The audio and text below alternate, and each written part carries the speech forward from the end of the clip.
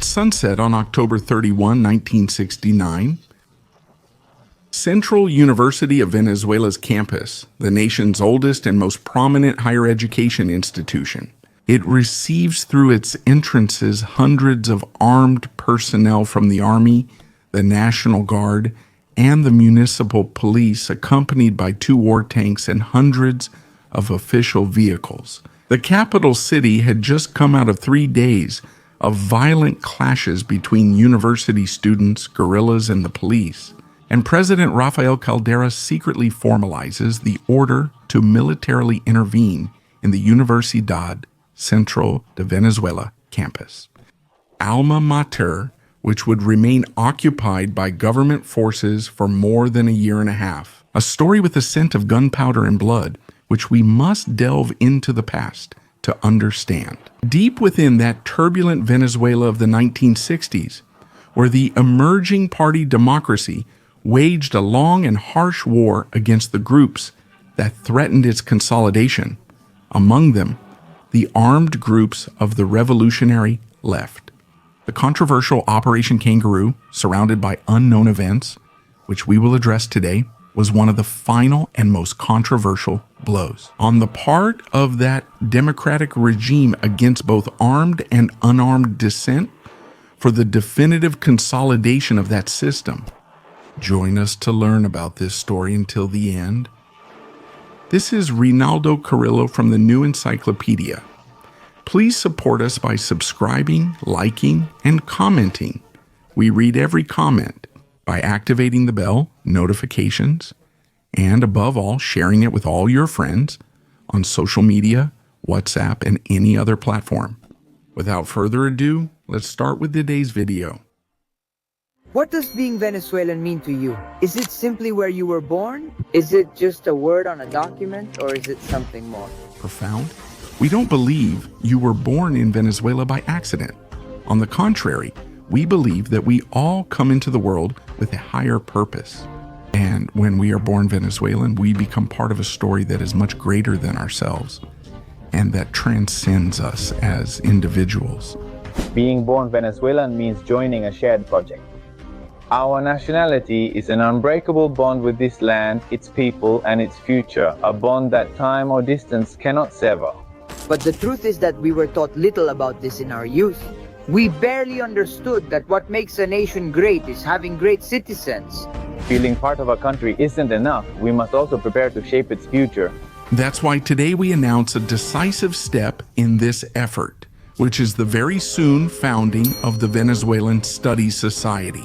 This is a new space for learning and gathering, dedicated to the civic, technical, and professional development of all Venezuelans. And the first major project of society to which everyone is invited is the Diploma in Venezuelan Studies, a space that is free of charge and requires nothing more than enthusiasm and discipline to train ourselves every day to become better Venezuelan citizens.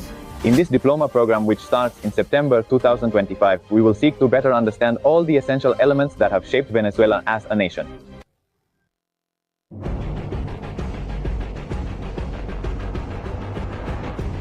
To understand Operation Kangaroo of 1969, we must first discuss the events in Venezuela leading up to it. With January 23, 1958, the date on which then-President Marcos Pérez Jiménez was overthrown, Venezuela began a process of change, transitioning from a military autocratic government to a party-based democracy whose political power would be held mainly by the Democratic Action Party, led by Romulo Betancourt, and secondly, by the COPE Party, led by Rafael Caldera, both politicians with a long public career since the time of Juan Vicente Gómez, and who signed the so-called Punto Fijo Pact on October 31, 1958, with which they consolidated their position as the two hegemonic parties of the nation.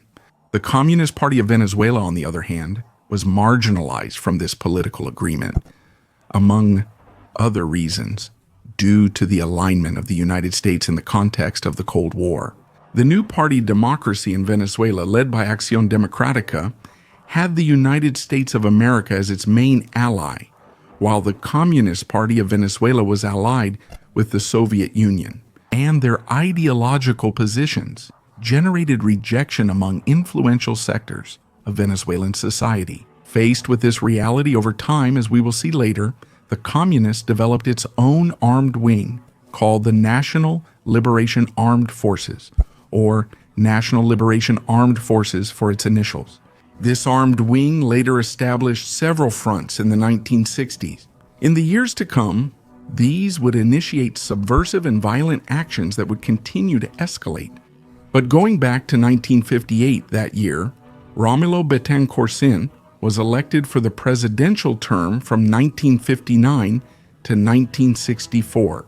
Within this party, there was a more communist and socialist wing that looked unfavorably on Betancourt's closeness to American financial capital and his apparent submission to American political guidelines. This caused that leftist wing within Acción Democrática to break away from the party and organize itself as an independent group under the name Revolutionary Left Movement, known as the Revolutionary Left Movement for its initials, in April 1960. At the same time, it's worth noting that these leftist movements that were emerging within the country were influenced by the international excitement over Fidel Castro's triumphant Cuban Revolution. Just as they followed the direct vision of the Cuban leader Castro, that Venezuela, because of its oil and strategic position, should be a key piece in spreading his socialist project and revolutionary guerrillas throughout the American continent. Castro visits Venezuela, and there he stirs up these revolutionary movements, establishing contacts with young leftists that, faced with institutional marginalization within the new Venezuelan political system and the support offered by figures like Castro, they begin to consider the path of armed struggle as the way to gain power in Venezuela. Faced with this complex situation since Betancourt took office as president in February 1959, he began to take a series of measures to consolidate the new political regime that was being established in Venezuela. Threatened both by communist and socialist groups as well as by nationalist and conservative sectors. Following days of strong protests from several university centers against national government policies, at the end of 1960, Betancourt's government decided to officially suspend constitutional guarantees throughout the country, marking the beginning of a long struggle with repression, surveillance, and imprisonment against any group that threatened the stability of his government. Among them were leftist groups who were taking on an increasingly radical struggle. Political violence would define this decade in Venezuela. In the 1960s, the nation would witness more than 10,000 victims, including the disappeared, murdered, and tortured because of their guerrilla actions or their political inclinations. But let's go back to the early years of Betancourt's government. Among these first measures he took to fight the communist groups in Venezuela. In 1961, the Venezuelan government breaks diplomatic relations with the Cuban government, and they seek to limit both official and unofficial channels of communication that leftist groups in Venezuela had with the Cuban island.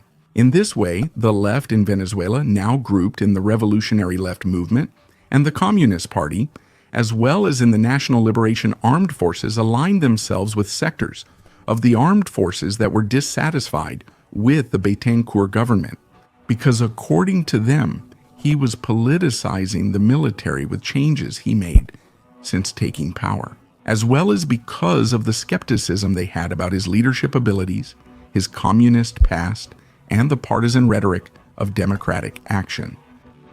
They planned multiple conspiracies to overthrow the government by force, starting with the Barcelonazo on June 26, 1961. It involved armed forces members and the revolutionary left, but this uprising is quickly crushed. However, shortly after, a larger one takes place, known as the Carupanazo of May 4, 1962. In this attempt, both the insurgents and the government unleash levels of violence never seen before in the country's recent history. In the midst of these uprisings, Betancourt officially outlaws both the Communist Party and the revolutionary left movement on May 9 of that same year, 1961. Thus triggering the final call from these groups to armed struggle throughout the entire country. Thus, the revolutionary left movement and the Communist Party, together with their respective armed groups, form combat units against the Venezuelan government. This marked the beginning of a prolonged conflict Venezuela faced in the 1960s, and in which the Central University of Venezuela, the first and most important university in the country, will have a special role. The Central University of Venezuela is an institution older than the Republic of Venezuela itself, where they were educated. Men ranging from Francisco de Miranda and Don Andres Beto to Dr. Jose Gregorio Hernandez and Jacinto Convit. Since before the independence process, the Universidad Central de Venezuela has always been a center of revolutionary and progressive thought in all its forms. From the civilian heroes of the Republican independence to the students who rebelled against Gomez. Up until the 1960s, where this story takes place, when there at the Universidad Central de Venezuela, a significant number of Marxists and socialist militants in their various forms were active, whether professors, students, or workers. And since the 1950s, the Universidad Central de Venezuela was not only a breeding ground for many of the nation's leaders, as it always was, but now its main campus, the University City of Caracas, an impressive modernist work, was located in the geographic heart of the capital, being a vast space with exits to various parts of Caracas.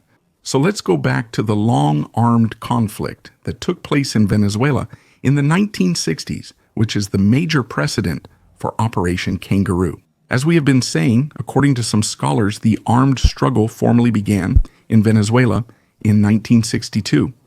And from that year until 1969, the Venezuelan guerrilla carried out kidnappings, such as that of the historic Real Madrid soccer player Alfredo Di Stefano, when he was in Caracas, as well as other kidnappings of prominent figures.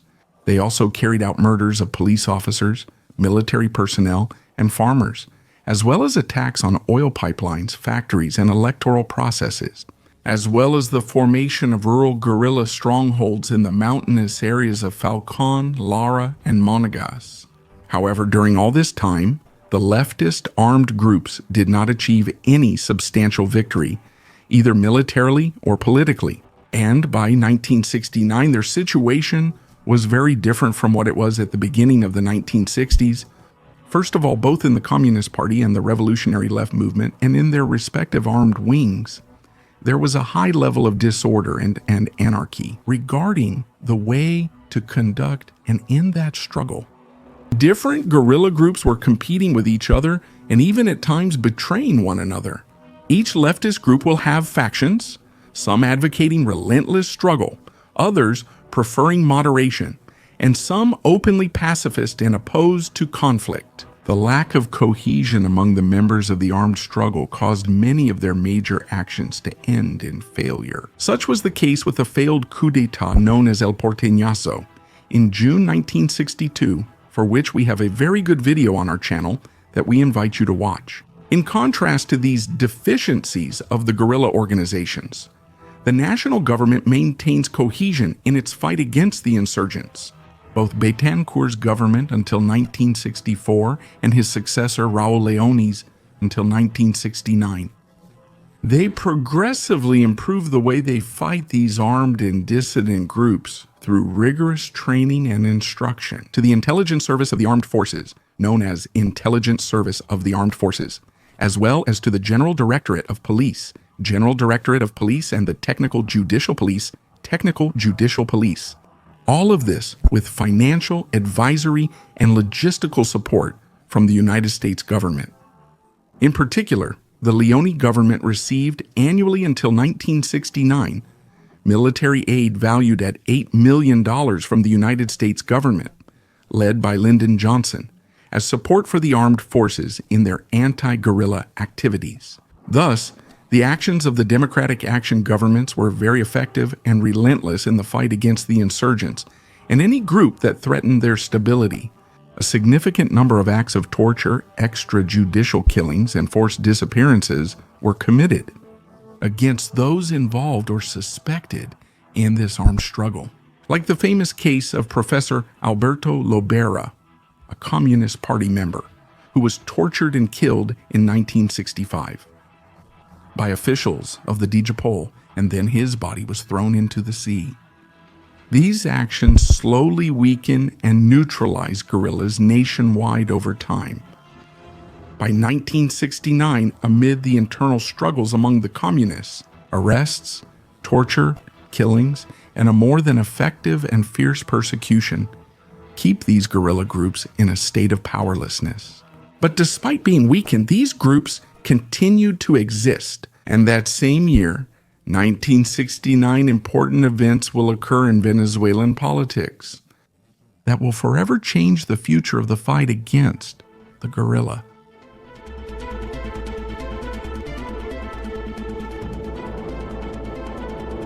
Now then, what was the relationship between the Central University of Venezuela and all this political and armed conflict?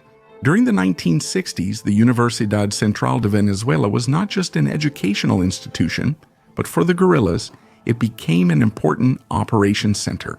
By December 1958, the authorities of the then governing junta, which ruled after the overthrow of Pérez Jiménez, they granted university autonomy to the Central University of Venezuela. In other words, the university would govern itself in academic, administrative, self-government, and resource management matters. This meant that the national government could not intervene institutionally in the university, much less intervene physically, that is, with police or armed personnel inside the university campus. Under these conditions, the Universidad Central de Venezuela gradually became a suitable place for guerrilla fighters and communist students to carry out activities related to armed struggle within the university itself. The main task of those involved in the university was the so-called corriage technique, which consisted of using the university as an operations center to seek resources in the city, mainly weapons and money, which would later be transported to the mountains and rural areas where the guerrilla fighters were stationed. At the same time, inside the Universidad Central de Venezuela, students aligned with the guerrilla and communism helped commit everything from political assassinations to storing weapons and war materials in the student residences and in the university buildings. In turn, the Federation of University Centers, the main student representative body in the country, was made up mostly of communists and some supporters of armed struggle. At the same time, inspired by the French May of '68, the so-called University Renewal movement took place in Venezuela, a movement in the country's main universities that sought to radically transform the structure and teaching methods of Venezuelan universities. The leaders of the University Renewal promoted the occupation of academic councils and university buildings. The Universidad Central de Venezuela authorities used this opportunity to expel professors and students most involved with the guerrilla movement, but the conflict was nowhere near resolved. In the midst of all this, Raul Leone finished his presidential term, and in March 1969, Dr. Rafael Caldera, leader of the Social Christian Party COPE, took office. By then, in '69, Caldera found himself facing a situation, as we already mentioned, in which the actions of the guerrilla, mostly stationed in the northwest, center, and east of the country, had diminished considerably, but they were still quite violent. Even so, major leaders of the armed struggle faced many disagreements, and as they found themselves in a difficult position, the idea of surrender was becoming more popular among them. In this context, Caldera decided to undertake the controversial policy of pacification, aimed at getting the guerrillas to lay down their arms in exchange for impunity and guarantees so they could join democratic and institutional life. The first step Caldera took 15 days after his inauguration was the legalization of the Venezuelan Communist Party, an unusual event that greatly influenced public opinion. On April 26, the Revolutionary Left Movement's commander, Moisés Molero, told the press the party would leave armed struggle and enter political life. But even though the pacification policy was advancing and numerous guerrillas were laying down their arms to join civilian life, many others remained as convinced of armed struggle as in the early years and refused to integrate peacefully into society.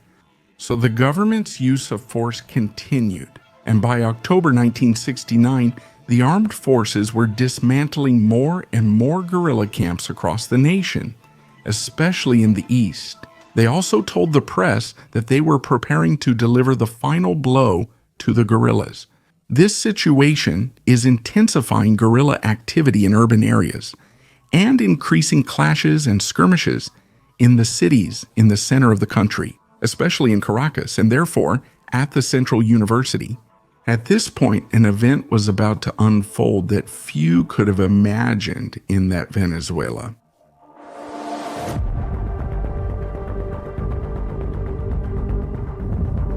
At the end of October 1969, a telegram arrived for the student community at Universidad Central de Venezuela, addressed to the politician José Vicente Rangel, an important deputy of the Venezuelan left.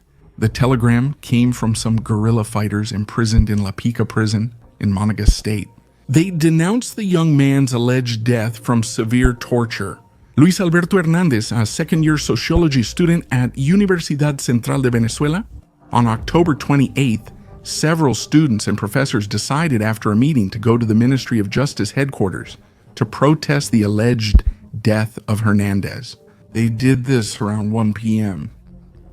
However, when they returned to the Universidad Central de Venezuela through the Arco Tamanaco, the north entrance leading to Plaza Venezuela, some students, agitated, decided to burn several vehicles that were in the area, most of them government vehicles. After this, the Metropolitan Police arrive and, without decisively entering the university, repress the protesters with tear gas. In response, shots and several explosions are heard from inside the university, while the students throw stones at the police forces. This confrontation lasts all afternoon from 2 until 7 at night, when the police decide to leave, gradually withdrawing. The day of protest leaves 3 students and 1 police officer injured, 56 people detained, and 7 vehicles set on fire. And the next day, October 29, the violence continues to escalate. Now, protests are happening not only at Universidad Central de Venezuela, but also at other universities nationwide, including the University of the Andes in Mérida, the University of Zulia in Maracaibo, and the University of the East in Monagas. There was a long, violent day of clashes that continued in the following days. In Caracas, the events on October 29th are even more serious. At 8 a.m., several tow trucks arrive at Universidad Central de Venezuela's north entrance to tow vehicles set on fire the day before. But the students block their way and start protesting again. At the same time, municipal police officers take up positions at the same location and around the Plaza Venezuela area and the rental zone of the Universidad Central de Venezuela. In a tense atmosphere, at 10 in the morning, the first clashes begin with the police firing tear gas at the students. At the same time, outside the university, high school students join the protest, throwing stones at the security forces. This intensifies the response from the police, who still have not entered the university grounds. Inside the Universidad Central de Venezuela, tensions are rising. Starting at 2 in the afternoon, loud gunshots and explosions begin to be heard from inside the university, aimed towards the outside. This indicated, as would later be confirmed, that there were indeed weapons and explosives inside the university. According to witnesses, some students even used a P-50 machine gun to respond to the police's tear gas bombs. Likewise, numerous students were allegedly carrying firearms at hand. And on their part, the members of the revolutionary left movement inside the Universidad Central de Venezuela said that these claims were false and misleading. It is here, in the midst of the conflict, when the statements begin. The rector of the Universidad Central de Venezuela, Jesus Maria Bianco, openly rejects the violent actions of the students. In turn, student representatives from the university left, making excuses, claimed that those disturbances had been provoked by infiltrators from the army to cause unrest and justify the actions of the police. Meanwhile, other university groups claim that the far left was using the student movement for their own political interests. Meanwhile, the Minister of the Interior, Lorenzo Fernandez, tells the press that those protests were part of a subversive plan aimed at starting provocations, so that later, by using police force, they would undermine the government. The intense day of unrest on October 29 ended late at night, when the students dispersed on their own. This time, 4 were seriously injured, and 1 died. In light of this situation, on the night of October 29, President Rafael Caldera said at a press conference that, while he advocated for a policy of pacification, he declared that the government is, quote, willing to take all measures required by public order and social stability. However, for the government, the option of a raid and military intervention at the nation's main university still seemed like something distant. The next day, on the 30th, the situation remains alarming, and protests continue for the 3rd consecutive day at the university. Since the morning, police units have stationed themselves at the place now commonly used by the protesters. The north entrance faces Plaza Venezuela. Around 1 in the afternoon, the students hijack a Caracas public transport bus, bring it onto the premises, and set it on fire, in the same place where they had burned the other vehicles in the previous days. As a result, the police respond with tear gas and some gunfire, while the exchange of tear gas and shooting between both groups takes place. Rector Jesus Maria Bianco, in a meeting with the University Council, a council that, while in session, was hit by some bullets that broke the windows of the rectorate building. He orders the suspension of all activities within the university, stating the presence of reckless and violent groups inside the university. According to the resolution of the University Council, this poses a serious danger to the members of the university community and to the autonomous life of the institution. End quote. Also stating that for the time being, only the authorities may be on the premises until further notice. Once again, the clashes in the immediate vicinity of the university ended late at night, and this time there was only 1 person injured. But few anticipated that the national government, led by Rafael Caldera, the president of pacification, would make a decision that was not only controversial, but also unprecedented. The armed intervention at the university city of Caracas.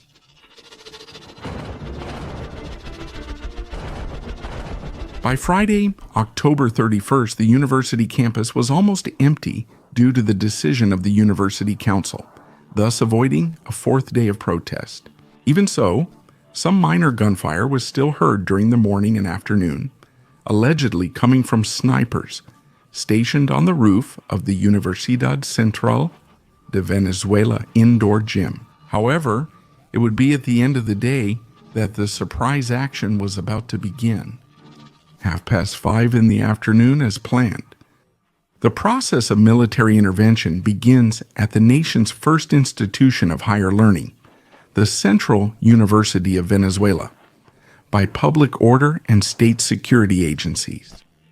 It was called Operation Kangaroo, commanded by General Homero Leal Torres. The operations command center was set up in the parish house of the Church of San Pedro, a place very close to the university campus. First at 7 in the evening, the Army troops take control of the entire university campus, while traffic on the streets and avenues passing through the university is interrupted. After ensuring initial control, a mass entry of officials from various security agencies takes place. The National Army, the Municipal Police, the General Sectoral Directorate of Intelligence and Prevention Services, better known as General Sectoral Directorate of Intelligence and Prevention Services, and the National Guard. For this purpose, 2 M8 war tanks and more than 100 vehicles from the previously mentioned security agencies are mobilized with these officials. Little by little and without resistance, the operations members gradually take control of university buildings. Both the buildings of the different university faculties, as well as the administrative and recreational buildings, and very importantly, the student residences. At the same time, the entrances and exits of the Universidad Central de Venezuela are completely blocked. People who happen to be in the area, whether by chance or not, are detained as a precaution, and their identities are checked before being released. By 10 at night, without a single death or injury, the Central University had been completely taken over by government security forces. With 20 minutes to midnight, and in light of this news, Rector Bianco and other authorities went to the university. And although with some difficulties they managed to enter the premises, but they were not allowed to do anything and remained detained until the next morning. Thus, the next day, November 1st, all Venezuelans in the capital woke up to the news of the occupation. Caldera's government stated that the occupation had no set end date and that only events could prolong or shorten the stay of the army, the National Guard, and the police. In the halls of the alma mater that same day, criticism quickly rained down on the social Christian government of Rafael Caldera for the military occupation of the university. Political parties such as the Democratic Republican Union, the People's Electoral Movement, the Association of Professors of Venezuela, student centers from universities' faculties, and the Federation of University Centers, and even Rector Bianco himself. They firmly demand that Caldera end the occupation and respect what, for them, was the sacred university autonomy. Some more strongly call Caldera's actions illegal, unjustified, and unconstitutional. For its part, the Venezuelan government argues that the intervention in the Universidad Central de Venezuela was legally supported by a decree issued under the government of Raúl Leoni on February 14, 1967.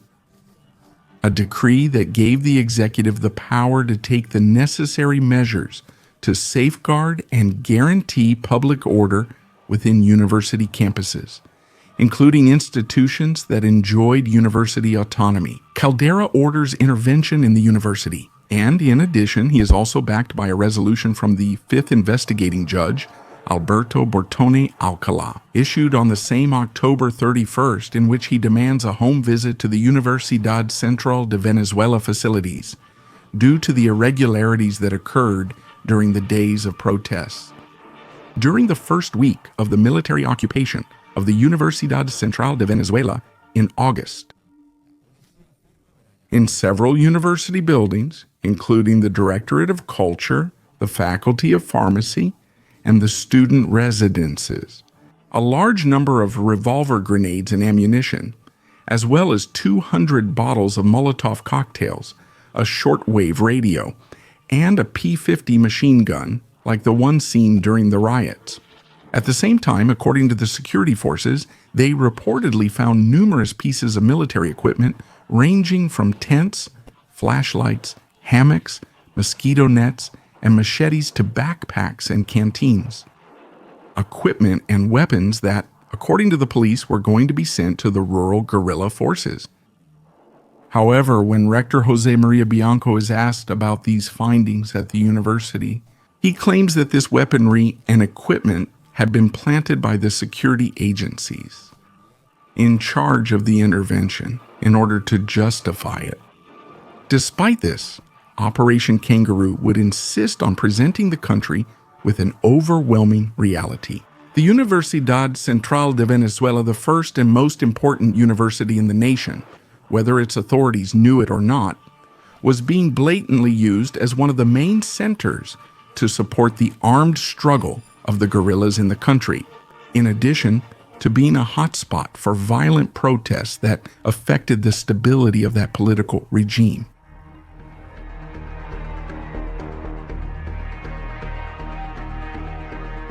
What happens in Venezuela after Operation Kangaroo is like a domino effect. After an intense debate in the Senate and in Venezuelan politics, the university law is reformed by a coalition between Acción Democrática and Comité de Organización Política Electoral Independiente on August 30, 1970. The reform includes, among other things, a reduction in the concept and scope of university autonomy. It gave authority to the executive and bodies like the National University Council, more than on issues related to the functioning of each university. This fact, although it generates sympathy, is also rejected by several groups, led by Union Republicana Democratica, the MEP, and other leftist student organizations. But even though the university law is reformed, the military occupation of the Universidad Central de Venezuela continues for several more months. During this time, Rector José María Bianco is dismissed, and in his place, the National University Council takes control of the Universidad Central de Venezuela until the appointment of Rafael Clemente as interim rector on January 10, 1971, who soon resigns and then takes over the rectorship, Osvaldo de Sola. Thus, the occupation, which began on October 31, 1969, finally ended on April 5, 1971, with the final withdrawal of all state security forces from the premises. However, the violence did not disappear completely, but rather continued, although in a more sporadic way, with demonstrations opposing the reform of the university's law, which would last until the mid-1970s. Regarding the armed struggle of the left, its leaders faced disorganization and neutralization. They simply decide to surrender to the government and then move on to political activism or dedicate themselves to academic or cultural activities. Under the guarantees given by Caldera's pacification policy, although a few do remain firm in their insurrectional plans. By the 1980s, the armed struggle movement in Venezuela had come to an end. Thus, Operation Kangaroo, the military occupation for almost 2 years of the nation's first house of studies by a democratic government, according to several scholars, was a point of no return in the fragmentation of the armed struggle in Venezuela, in which its main leaders, such as Teodoro Peikov, Pompeo Marquez, Freddy Muñoz, Moisés Molero, and many others, went on to defend their ideas in the Venezuelan political arena. The troubling events that surrounded the Central University of Venezuela during those years highlight the leading role of this institution in national life, bad or good, depending on who sees it. It also shows how intense the situation was in Venezuela at the end of the 1960s and the beginning of the 1970s, and the difficult task their governments faced in consolidating that party-based democracy. Thank you all. I hope you enjoyed the video and remind you that your support means a lot to us. Always sharing the content, leaving your comments, liking the video, turning on the notification bell, and interacting with the channel in general. Thank you all very much, and may God bless you.